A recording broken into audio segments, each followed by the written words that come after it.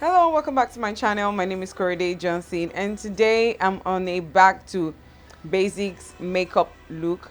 It is a blush tutorial, and I am just tapping on my brush on this blush by Classic Makeup and also tapping it on my cheeks. If you notice, I try to remove the excess, and I'm brushing it towards my ear lobe and also at the upper part of my ear as well.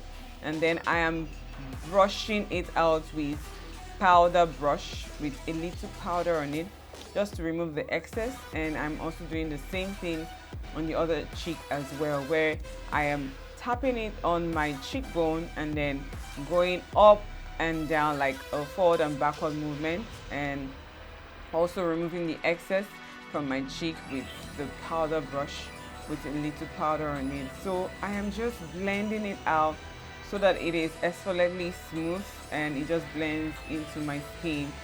So this will just give you that rosy feel, and this is our outcome, guys. I absolutely love how this blush is just sitting on my cheekbone, and it's super gorgeous. And thank you so much for tuning in. This is absolutely lovely.